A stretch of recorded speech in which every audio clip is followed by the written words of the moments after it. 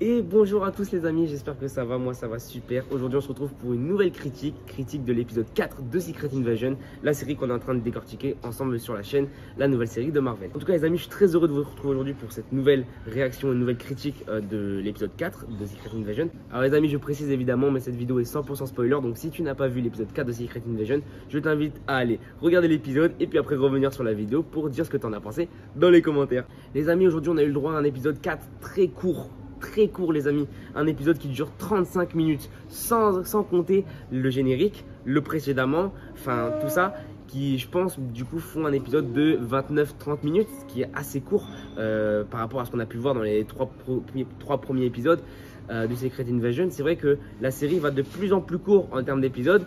J'espère que ça va changer par la suite parce que je rappelle qu'il n'y a que 6 épisodes dans la série et que bah du coup voilà, on essayait d'avoir un peu plus de choses quoi, parce que là que 29-30 minutes d'épisode, c'est vrai que c'est assez court, mais n'empêche qu'on a eu pas mal de choses intéressantes dans cet épisode. Encore une fois, je précise que c'est un épisode que j'ai apprécié. La série, dans tous les cas, je l'apprécie globalement, comme je l'ai dit dans les 3 premiers critiques. Mais vraiment, c'est une série que j'apprécie, qui a un vrai fond, un vrai thème, un vrai but, un vrai combat. On commence tout de suite par l'épisode, donc le début de l'épisode avec le retour de Gaïa. Et oui, Gaïa qui finalement n'est pas morte. Alors, moi je m'y attendais un petit peu. C'est vrai que je ne l'ai pas dit dans la critique de l'épisode 3, mais je m'y attendais un petit peu parce que on a eu des communiqués de Marvel comme quoi Gaïa pourrait être présente dans d'autres projets Marvel. Moi je suis hyper ravi parce que c'est un personnage que j'apprécie et qui, en plus de ça, peut être intéressant car Gaïa n'est pas morte, mais grâce à quoi? Grâce au pouvoir de l'extrémiste. Alors, pour ceux qui ne se souviennent pas, le pouvoir de l'extrémiste, on l'a vu dans le film Iron Man 3, donc que Pepper avait, vous savez, il y avait le méchant d'Iron Man 3, j'ai oublié son prénom, mais lui là, qui avait eu un pouvoir un peu de feu, etc. et tout, et de régénération. Et en fait, Pepper avait du coup été infecté par ce pouvoir, et du coup, on n'en a pas parlé, mais c'est vrai que c'est un pouvoir qui continue à être développé, et qui du coup, Gaïa a pris connaissance de ses pouvoirs. Comment elle a pris connaissance de ses pouvoirs? Vous savez, elle est allée dans le laboratoire, elle a pris l'intelligence et le souvenir de celle qui avait développé le pouvoir de l'extrémiste, et elle s'en est tout simplement emparée. Donc Gaïa n'est pas morte, ça fait plaisir, surtout que Gaïa maintenant est une super Skrull, donc ça peut être un très bon combattant pour le combat final, je pense, avec Gravik. D'ailleurs, dans les 3 premières critiques, j'arrêtais pas de dire Gavrik, mais au final c'est Gravik. Donc ça fait 3 critiques que je fais sur la chaîne où je me trompe de nom. Je suis désolé les amis, c'est pas Gavrik, c'est Gravik. Mais voilà, c'est un peu dur en termes de prononciation. Pour moi, c'était Gavrik. Mais voilà, donc c'est Gravik. Gravik, on va en revenir d'ailleurs après sur la vidéo parce que c'est très intéressant. On a eu du coup Gaïa, le retour de Gaïa. Gaïa qui va du coup voir son père Talos parce qu'en fait, Gaïa, elle est perdue. Ça fait 3 critiques que je le dis, mais Gaïa, elle est perdue. Elle sait pas dans quel camp se mettre. Gaïa, ce qu'elle veut, c'est vraiment retrouver un chez-soi. Ça se voit que c'est une petite fille qui a envie de vivre avec son apparence de Skrull et qui n'a pas envie de se cacher. Gaïa, elle a envie de vivre une vie normale. Sauf que là, elle se bat pour un combat et elle sait pas quel camp choisir. Et en fait, c'est simple. Elle le dit à Talos. Elle le dit à son père. C'est quoi ton plan? Moi, je veux bien te rejoindre. Mais c'est quoi ton plan? Parce que Gravik, lui, il a un plan. Et il a déjà commencé son plan. Il est déjà en train de faire des actions qui font que peut-être les Skrulls vont avoir une planète. La planète Terre. Mais au moins, il a un plan. Talos, il n'a pas de plan. Donc, c'est ce qui dérange un petit peu Gaïa. Et ce que je peux comprendre. Bon, ça on s'y attendait, on le savait, et encore heureux, l'agent Rhodes qui est finalement un Skrull. Alors maintenant la vraie question c'est depuis quand? Depuis quand il est un Skrull? Mais ça je pense qu'on va le voir dans les prochains épisodes ou peut-être dans la série Armor Wars qui va sortir je crois en octobre ou en novembre. Mais ça je pense qu'on aura la confirmation.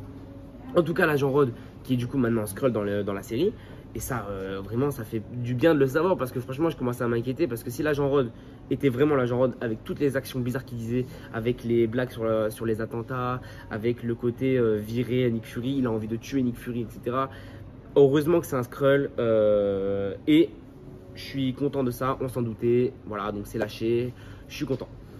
Il y a aussi maintenant ce personnage-là, du coup la femme de Nick Fury. Et ça en fait c'est très intéressant. Alors dites-moi dans les commentaires si j'ai mal compris, mais en fait Nick Fury n'était pas au courant que sa femme était un Skrull. Nick Fury je crois qu'il vient d'apprendre que sa femme du coup est morte et que du coup c'est un Skrull qui a pris son apparence. Et lui du coup il lui a demandé depuis quand, entre guillemets avec des mots de Nick Fury, tu connais, Nick Fury il passe toujours par des mots bizarres, mais depuis quand as-tu pris l'apparence de ma femme? Et elle lui explique que du coup, elle, en gros, tout ce qu'elle voulait, c'était infiltrer de plus près le réseau de Nick Fury pour pouvoir peut-être le tuer ou peut-être pouvoir avoir des informations. Et du coup, elle a choisi de choisir la femme de Nick Fury. Et en fait, elle s'est rendue compte que la femme de Nick Fury avait une maladie. Et du coup, elle lui a dit la vérité. Voilà, moi, je veux prendre ton apparence, je suis un Skrull, etc. Est-ce que tu veux? Et même si tu veux pas, bah, c'est pas grave, je le ferai quand même. Mais est-ce que tu as des souhaits? Et du coup, elle a réalisé tous les souhaits, dont aussi le souhait de ne pas faire de mal à Nick Fury, ce que l'agent Rhodes a demandé de lui faire. Donc, on peut dire que c'est un allié. Je pense que ce personnage va peut-être mourir parce que bah, les Skrulls ne rigolent pas avec ça. On voit bien que Gravik, il a rigolé zéro. Parce que Gravik, si on débriefe un peu les 4 épisodes, ça fait 4 épisodes, 3 tués. Mais ça, je reviendrai après. Ce personnage-là, il va peut-être mourir dans les prochains épisodes. En tout cas, c'est pas impossible. Voilà, c'est pas impossible. Dernier point et gros point de cet épisode, c'est la mort de Talos. Et oui, Talos est mort. Alors, pour moi, personnellement, c'est mon avis. J'espère que je me trompe, mais pour moi, Talos est vraiment mort. Je pense pas que ça va faire comme Gaïa. C'est vrai qu'il savait pas trop où aller, il avait pas vraiment de plan, mais ça se voit qu'il voulait vraiment montrer aux humains qu'il était de leur côté. Bah, d'ailleurs, ça se voit parce qu'il a donné sa vie en vrai pour sauver le président. Et en vrai, ça me fait de la peine, mais Gravik, les amis, je le dis, je le répète, je le répète, Gravik, il n'a aucun scrupule. 4 épisodes, 3 morts. L'agent Hills, Gaïa, même si elle est revenue, mais il a quand même tué Gaïa, et Talos.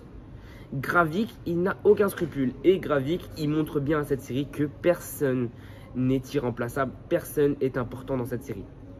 Tout le monde peut mourir dans cette série. Je pense que ça peut aller encore très loin, comme je le dis, moi je le répète, j'ai très peur pour Nick Fury. Je pense que, je sais pas, à voir peut-être dans l'épisode 5 ou l'épisode 6. En tout cas, Gravik qui a tué d'un coup de couteau Talos. D'ailleurs, ce qui est marrant, ce que j'ai interprété, c'est que je trouve que le bras droit de Talos, de Gravik, ça se voit qu'il a hésité entre guillemets à tuer Talos. Quand Gravik lui a demandé de tuer Talos, il aurait pu tuer d'une balle dans la tête ou quelque chose, etc. Parce qu'il était vraiment, le champ était ouvert quoi. Mais il a préféré le tuer dans l'épaule pour peut-être avoir un moyen de s'en sortir. En tout cas, c'est comment je l'ai interprété.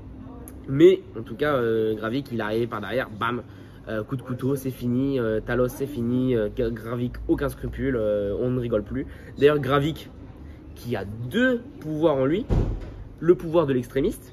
Donc ça, on l'avait déjà vu dans l'épisode 3 où Talos, il lui avait ouvert la main et il s'était régénéré la main. Mais il a le pouvoir de Groot. Il a le pouvoir de Groot. Et ça, les amis, moi, personnellement, ça me fait peur. Parce que Groot, on sait qu'il a un pouvoir un peu de régénération, etc. Mais il a surtout, Groot, il est super fort comme personnage. Donc là, Gravik, il a l'extrémiste. Donc entre guillemets, la régénération. Et Groot en lui. Je pense que ça va pas s'arrêter là. Comme dit un dicton français, jamais 203, je pense qu'il a d'autres pouvoirs en lui qui va être montré dans le dernier épisode. Et qui pourra battre Gravik? Qui? Est-ce que ça peut être Gaïa? Est-ce que ça peut être Nick Fury? Est-ce que ça peut être un personnage qu'on n'a pas vu encore dans les épisodes, mais un personnage qu'on connaît dans Marvel? Est-ce que ça peut être le retour de Rhodes, le vrai Rhodes, avec l'Armor Wars, etc. Est-ce que ça peut être quelque chose comme ça? Je sais pas du tout, les amis. Mais en tout cas, Gravik, je sais pas du tout comment il pourra être battu. Ça se trouve, il ne sera même pas battu à la fin de la série. Ça se trouve, ça peut être emmené sur un autre truc. Mais en tout cas, Gravik, les amis, là, il a aucun scrupule. C'est un personnage méchant, un vrai méchant.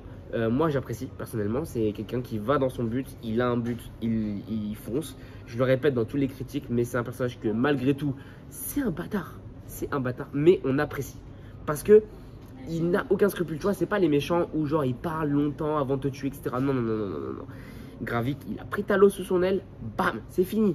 On n'en parle plus. C'est pas il te parle, il te fait un discours avant de mourir. Non. Et ça, c'est fait du bien.